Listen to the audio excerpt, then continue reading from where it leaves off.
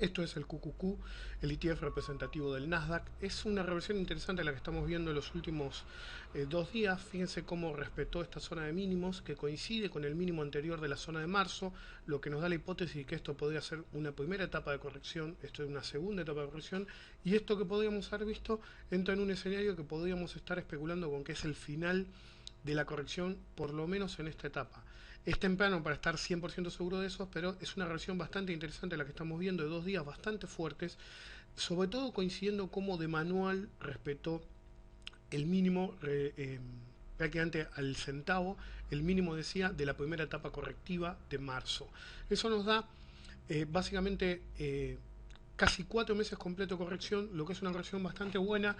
Era un tipo de corrección que se esperaba hace bastante tiempo. Lo que ahora hay que ver es si realmente podemos especular con que esto ha sido solamente una corrección y podemos intentar un nuevo ataque de la resistencia de 60 para así seguir al alza, o por el contrario vamos a ver una baja adicional. Por lo pronto, si vemos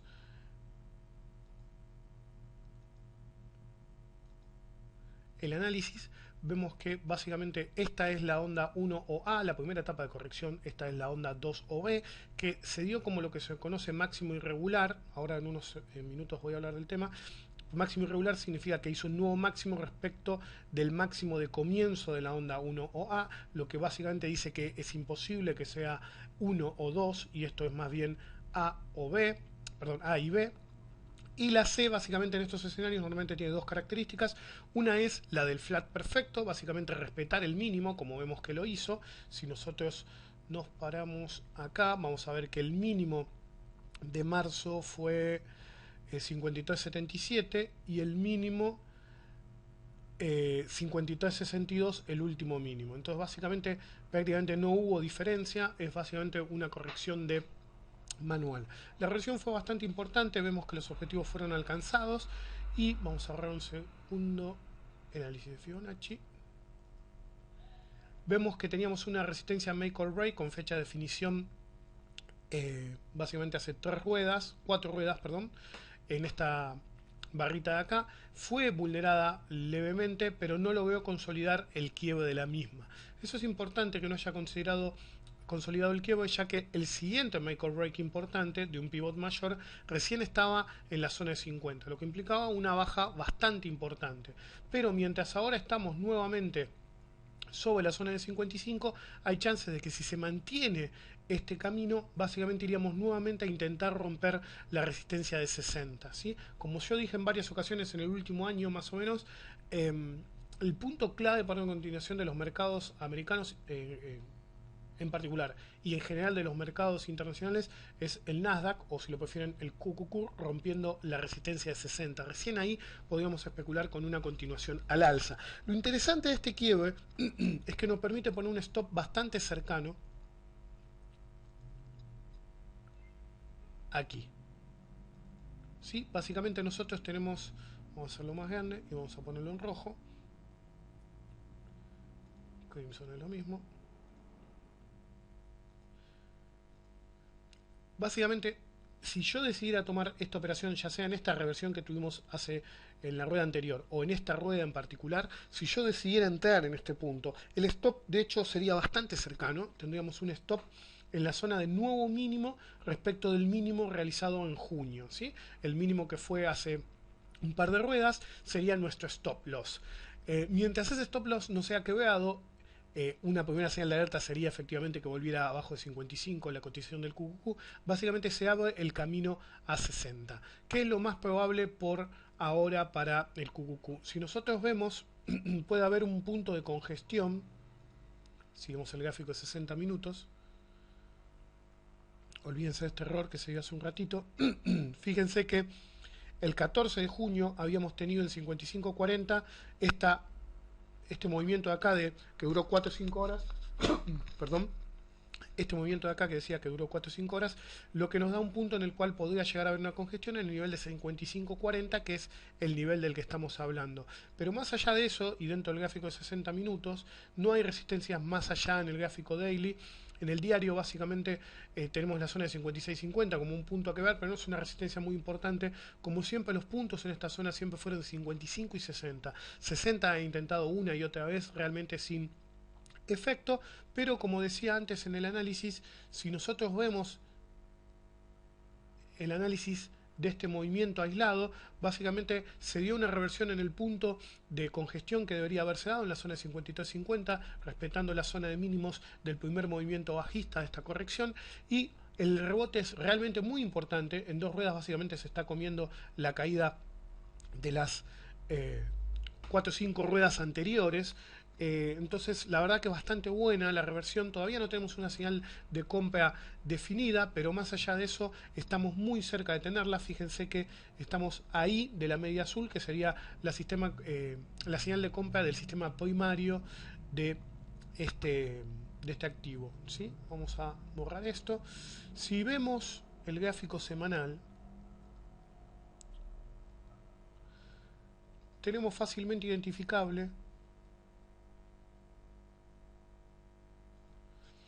una onda 1, una onda 2, una onda 3. La 4 pueden tomarla acá o acá, según quieran. Normalmente habría que tomarla en este último pivot, pero yo prefiero respetar el mínimo, aunque este fue un error de su momento, no hubo está el mínimo, así que en realidad debería ir aquí. Y finalmente, la onda 5 es todo un tema. ¿Por qué?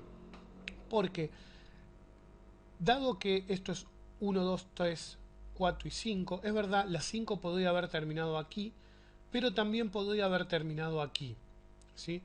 En el gráfico diario se ve más como que la quinta terminó acá. Voy a reducir un chiquitín, ¿sí? Y esto fue una corrección total, que es lo que les marcaba hace un minuto.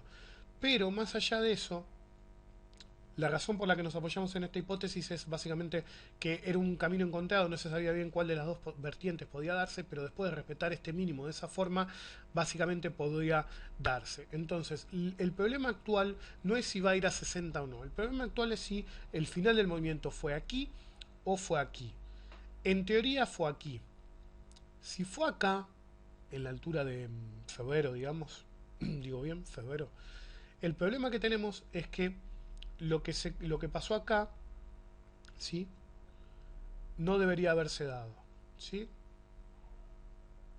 Entonces, según conteo interno, básicamente, la voy a poner también en el conteo interno, esto debería ser 1 de 5, 2 de 5, 3 de 5, 4 de 5 y 5 de 5. Eso apoyaría la hipótesis. Una de las formas más rápidas de detectar dónde una corrección debería terminar es ir a visitar la cuarta de menor grado. Este es el objetivo en el cual rebotó. El problema de ese escenario es que la onda 5 tendría 3 ondas, ¿ok? Entonces es más probable que hayamos visto el final aquí y que lo que estamos viendo ahora haya sido un ABC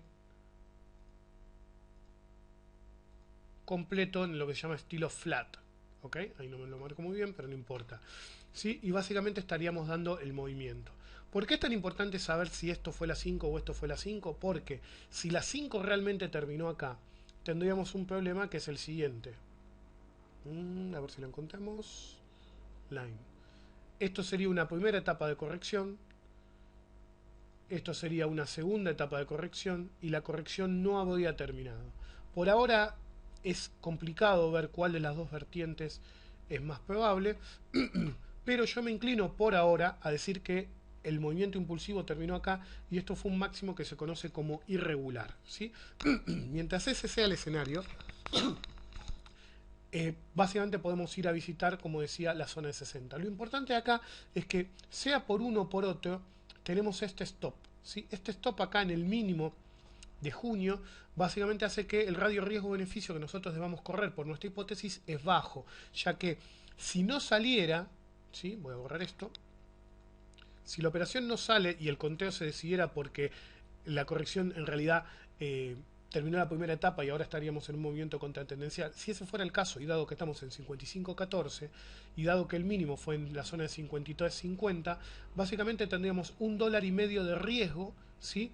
Y si nos saliera tendríamos $5 de ganancia, ¿sí? Entonces el radio riesgo-beneficio es bastante bueno para nosotros para jugarnos a que realmente acá un final de movimiento, ¿sí? Encima en el gráfico diario básicamente apunta a eso.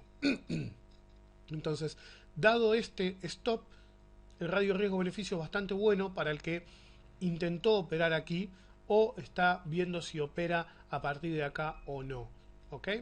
Entonces, eso es en cuanto del QQQ. Lo interesante es que si vemos el SPY, está nuevamente hacia la zona de 1300, 130 puntos para el SPY, 1300 para el Standard & Poor's. Y si fijamos, acá estamos. El objetivo se había cumplido con creces.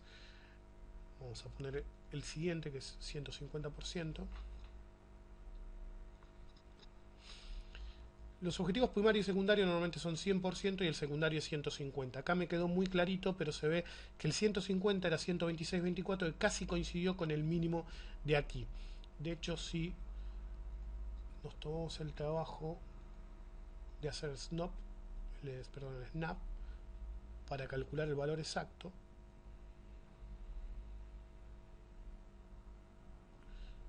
ahí está, ahora está pivot contra pivot milimétricamente. Fíjense cómo lo respetó milimétricamente, 126.33, y vemos cómo la debilidad de baja se dio justo en esa línea.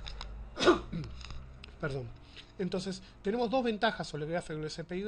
El primero es que nos da un punto de entrada. Al mismo modo que tenemos un stop clarísimo en el QQQ, y también lo tenemos aquí, ya que sería 126.33, el Standard & Poor's nos dice, tenemos la resistencia de 1300, 130, si prefieren el SPY, que es extremadamente importante.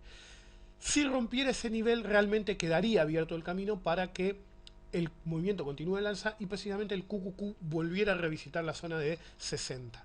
Algo interesante es que, al contrario de QQQ, vemos que el cierre por ahora está arriba de la línea azul. Fíjense, recién bajó de nuevo, pero básicamente si cerrara arriba la línea azul, de nuevo volvió.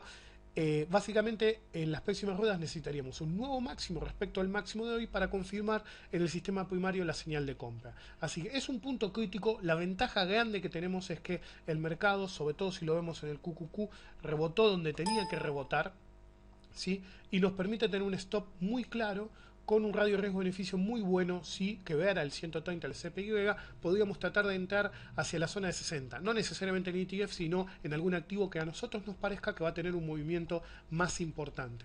Por ahora la corrección fue de manual, incluso tuvimos en esta zona de aquí un doble techo muy bien definido, que al quebrar básicamente dio lugar a esta corrección bastante importante. Tuvimos un target de reversión bajista en la zona de 57, que lo vemos aquí, que cuando fue quebrado en forma decisiva dio lugar a la aceleración bajista, como normalmente pasa con los targets de reversión bajistas. Y finalmente tenemos la posibilidad de trazar un stop muy cercano, bastante cercano. De hecho ayer hubiera sido mejor obviamente, pero el video lo hice hoy, así que tenemos un stop cercano y un profit target bastante bueno respecto del stop. Entonces el radio riesgo-beneficio es muy bueno. Yo lo que esperaría a ver si el SPY puede quebrar la zona de 130 o no.